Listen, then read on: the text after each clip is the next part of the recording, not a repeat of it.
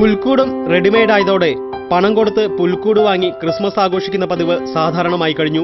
Christmas വിപണിയിൽ തെർമോക്കോളും പ്ലൈവുഡും ചൂരൽ ഉൽപ്പന്നങ്ങളും ഫൈബർ സാമഗ്രികളും കൊണ്ട് മെനഞ്ഞ പുൽക്കൂടുകൾ ധാരാളമുണ്ട്. എന്നാൽ മുള കൊണ്ട് ചെത്തിയുണ്ടാക്കുന്ന നാടൻ പുൽക്കൂടാണ് ഏറെ വിറ്റഴിയുന്നത്. വ്യാപാര സ്ഥാപനങ്ങൾക്ക് വേണ്ട പുൽക്കൂടുകൾ മുളയിൽ ചെത്തിയുണ്ടാക്കുന്നതേറെയും തമിഴ്നാട് സ്വദേശികളാണ്. ക്രിസ്മസ് കാലത്തേക്ക് മാത്രമായി തമിഴ്നാട്ടിൽ നിന്നെത്തി തെരുവോരങ്ങളിൽ തമ്പടിച്ച് പുൽക്കൂട് മെനയുന്നവരാണ് ക്രിസ്മസ് ആഘോഷങ്ങളെ സജീവമാക്കുന്നത്. 100 രൂപ മുതൽ 2000 രൂപ വരെയുള്ള പുൽക്കൂടുകൾ ഇവർ നിർമ്മിക്കുന്നുണ്ട്. മുളയിൽ ചെത്തിമിനുക്കി ഇവർ നിർമ്മിക്കുന്ന കൂടുകൾ പരിസ്ഥിതി സൗഹൃദ പുൽക്കൂടുകളാണെന്നതാണ് സവിശേഷത. മുളച്ചീന്തി നക്ഷത്രമുണ്ടാക്കുന്ന പതിവ് മലയാളി കൈവിടുമ്പോഴും ആ പഴയ രീതി ഇവർ പുനരാവിഷ്കരിക്കുന്നുണ്ട്. എന്നാൽ ഇത്തരം നക്ഷത്രങ്ങളെക്കാൾ പുൽക്കൂടിനാണ് ആവശ്യക്കാരേറെയുള്ളതെന്ന് ഇവർ സാക്ഷ്യപ്പെടുത്തുന്നു. എല്ലാ കൊല്ലം വരാറുണ്ട്. തിരക്കില്ല, നന്നായിട്ടുണ്ട് കച്ചവടം. മുളകൊണ്ട് പൊളിച്ചിട്ട് ആണി കമ്പി അത്രേ ഉള്ളൂ.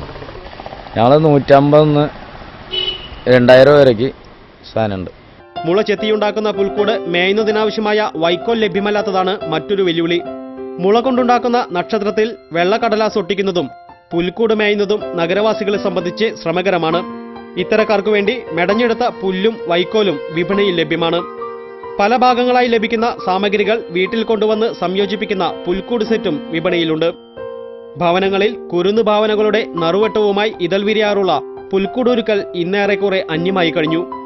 പാടവും പുഴയും കുന്നും മലയും കാലിത്തൊഴുത്തും കിണറും പാലവുമെല്ലാം മെനഞ്ഞുണ്ടാക്കിയിരുന്ന ഒരു തലമുറ ഓർമ്മയാവുകയാണ്.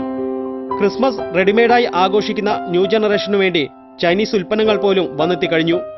ഒപ്പം അന്യസംസ്ഥാനക്കാരന്റെ കരവിരുതും.